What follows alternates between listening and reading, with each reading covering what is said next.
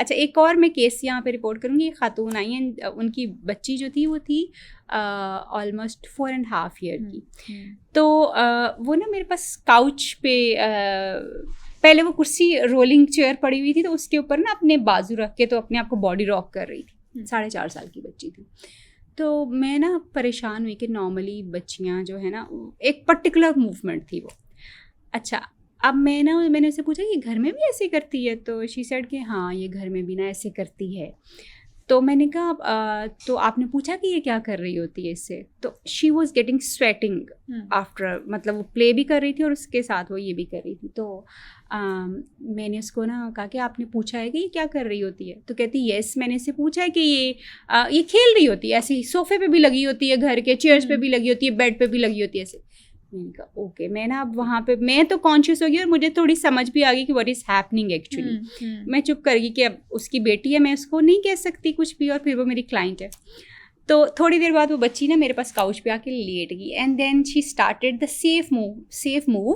Same move जो है उसने भी शुरू किया, body rocking and with contracting her private parts और टच करना। फिर मैंने उसको पूछ लिया, मैंने कहा बेटा आप क्या कर रहे हो, क्या हो रहा है, ये क्या प्ले होता है? तो उसने कहा कि ये इसमें ना अच्छा लगता है, मज़ा आता है। मैंने कहा कहाँ मज़ा आता है? And she pointed her private part.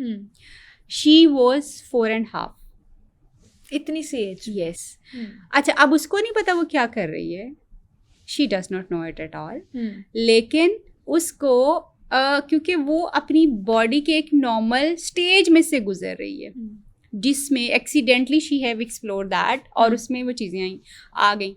तो मैंने उसकी अम्मा को कहा कि इसका कसूर नहीं है, ना ही ये कुछ गलत कर रही है अपनी तरफ से, कुछ भी ऐसा नहीं कर रही, बट क्योंकि वो अपनी एज में से गुजरी है, you have to stop her playing this बार बार। You need to be that vigilant towards your kids. अगर वो कुछ ऐसा कर रहे हैं तो आप काइंडली जो है उसको ज़रूर देखें, एड्रेस करें। हाँ, एड्रेस करें, और कोई डांटना नहीं, कोई कुछ नहीं, बस इग्नोर करके उसको कहें कि अच्छा स्टॉप दिस, कुछ और खेल लो जाके, कुछ और डिस्ट्रैक्ट कर दें। ये छोटी छोटी चीज़ें हैं जो पेरेंट्स को आई थिंक फोकस करने की ज़रूरत है, and we are being very open about it. उसकी वजह ये है कि किसी को somebody has to talk about it, किसी को इस बारे में एड्रेस करने की ज़रूरत है। अच्छा तायरा, जब हम ये सारी चीज़ें डिस्कस कर रहे हैं, वहीं पर गुड टच बैड टच के साथ कुछ, चूँकि हम एजुकेशन की बात भी कर रहे हैं, बच्चों को इन्फॉर्मेशन देने की बात भी कर रहे हैं, कुछ बच्चों के भी बड़े एज इन अप्रोप्रिएट क्वेश्चंस आ रहे होते हैं। How do we manage that? कौन से क्वेश्चंस को एड्रेस करना है, कौन से क्वेश्चंस को अभी लेटर स्टेजेस के लिए छोड़ देना है? ये बहुत इंपॉर्टेंट, बहुत क्रिटिकल और सेंसिटिव है। सिमल, सबसे पहले तो मैं आपको ये बताऊंगी कि I am writing a book जो कि ये सारी चीज़ें एड्रेस कर रही होगी इंशाल्लाह ताला, और वो टीन्स के लिए और उनके पेरेंट्स के लिए ख़ास तौर पे, यानी एज अप्रोप्रिएटली आपने बच्चे को ट्रेन कैसे करना है विद एक्टिविटीज़ एंड एवरीथिंग। इंशाल्लाह ताला very soon I am going to launch that. अच्छा, उसमें सवाल जो है ना, आप बच्चे से पूछिए कि अच्छा आपने कहाँ से सुना था ये, उससे सवाल पूछिए कि ये सवाल आया कहाँ से है, ठीक है, What was the origin of it? हाँ, so that you get the idea कि शायद उसकी किताब में होगा ये, उसके सिलेबस का हिस्सा ना हो ये सवाल कहीं पे, और हो सकता है उसने कहीं वीडियो में देखा था। अच्छा, आप बताओ मुझे इसके बारे में, ये क्या है, you can understand what he is having in his mind. अच्छा, आप बताओ, पहले आप बताओ आप इसके बारे में, ये क्या है, ठीक है, यू अंडरस्टैंड दैट। ये 2 सवाल, आया कहाँ से है, आपके दिमाग में ये कहाँ से, आपने कहाँ देखा, कहाँ से सुना, किसने बताया।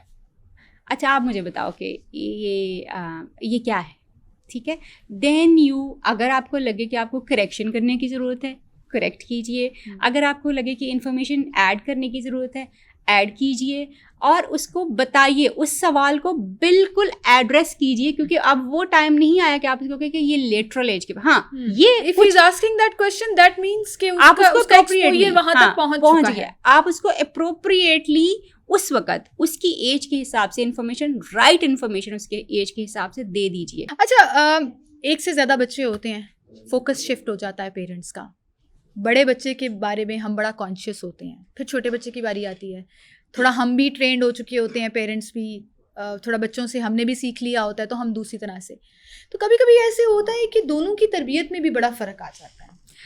हाँ बिल्कुल, क्योंकि तरबियत अब आप ट्रेंड है ना, अब आप उतने, आप खुद भी खौफज़दा उतने ज़्यादा नहीं है, एंक्शियस नहीं है, आपको पता है, शाय नहीं है, हाँ शाय भी नहीं है, एंक्शियस भी नहीं है, और उतने पैनिक भी नहीं होते कि मतलब वो रो रहा है आपको पैनिक। पहले बच्चे के टाइम पे तो आपको मैनेज पता ही नहीं चलता ना कि बच्चा रो रहा है, आपने मैनेज कैसे करना है। दूसरे के टाइम पे आपको पता था कोई बात नहीं, अगर रो रहा है तो उतनी देर में मैं फीडर बना लूंगी तो खैर हो जाएगी।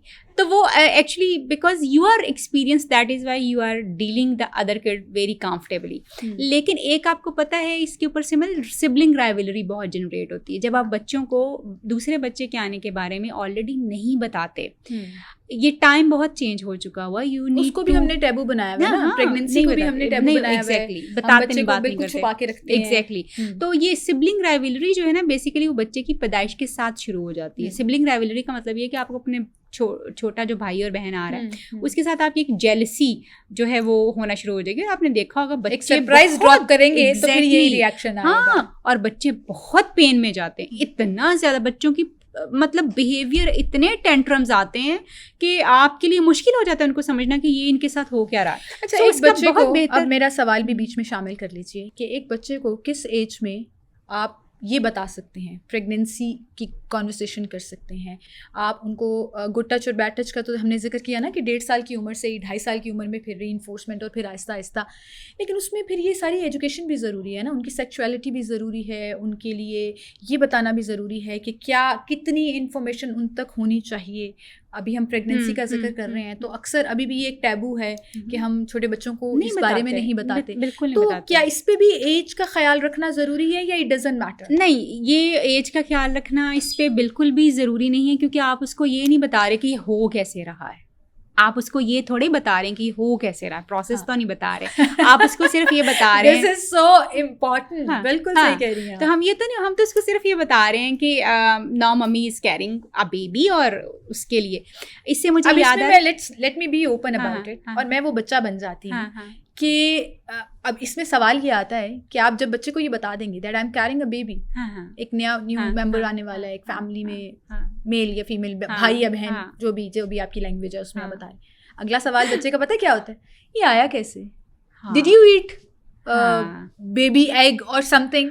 क्योंकि ये मेरे बेटे ने मेरे से सवाल पूछा था। फिर how did you handle that? मुझे उसको गोल करना पड़ा until I figure out कि मैं इस तरह क्या बात करूं। ये बड़ी अच्छी बात आपने की, ये कि बच्चे इस तरह के सवाल आपसे कर सकते हैं कि ये आया कैसे है। तो उसमें आप इसको फिर यहाँ पे आप बच्चे को जरूर कह सकते हो कि अभी आप इस सवाल के लिए बेबी हैं, तो इसके बारे में आपको, मैंने उसको गोल कर दिया कि जब आप थोड़ा सा, मैं जरूर बताऊंगी फिर बताऊंगी। एग्जैक्टली, जब आप इतने साल के हो जाओगे ना फिर मैं आपको जरूर बताऊंगी। अभी के लिए ये इम्पोर्टेंट है कि हम इस वक्त जो है mamma is going to have a baby, और वो आपका छोटा बहन और भाई जो है वो है होगा, तो हमने उनके साथ किस तरह से ट्रीट करना। अच्छा, बड़ी इंपॉर्टेंट बात सिमल ये है कि ये वो स्टेज है व्हेन यू आर कंसीव्ड, तो आपने अपने बच्चे का ताल्लुक अपने दूसरे बच्चे के साथ बनाना है। बिल्कुल। अगर आपने वो पॉजिटिवली डेवलप कर लिया तो वो जो बहन भाइयों की या भाई भाई की मोहब्बत होगी ना, वो अनडिनाएबल होगी, वो बॉन्डिंग बहुत स्ट्रांग हो जाती है, वो पर्सनालिटी के ऊपर बड़ा एक असर डालेगी। और यूजुअली जो है मुझे याद है कि हमारे घर बेबी आने वाला है मेरे भाई की तरफ ना, तो अच्छा उनका जो छोटा बेटा है वो तकरीबन कोई 4-4.5 साल का है, तो वो अक्सर अपनी माँ से पूछेगा कि अच्छा, उन्होंने वही स्टोरी उसको सुनाई ना कि मतलब बेबी जो है वो आने वाला है, तो उसने पूछ लिया कि ये कैसे आना है, तो उसने उसको फिर उसी तरह से हैंडल किया कि ये अल्लाह ताला की तरफ से जो है ना वो उन्होंने he has given us this gift, और ये गिफ्ट अभी मम्मा की बैली में है, तो फिर जो है ना वो आएगा। तो अच्छा, वो अपनी माँ को क्या कह रहा, मोटी होती जा रही हो आप, मोटी होती जा रही हो आप। अच्छा, वो अब बेचारी उसको डील भी करती है जैसे उसने डील कर, लेकिन कनेक्शन बन गया, कनेक्शन बन गया कि वो दे आर एंटिसिपेटिंग कि अच्छा बेबी आएगा, हमने उसके साथ अपने टॉयज शेयर करने हैं, और वो रोजाना उसको स्टोरी सुनाते हैं।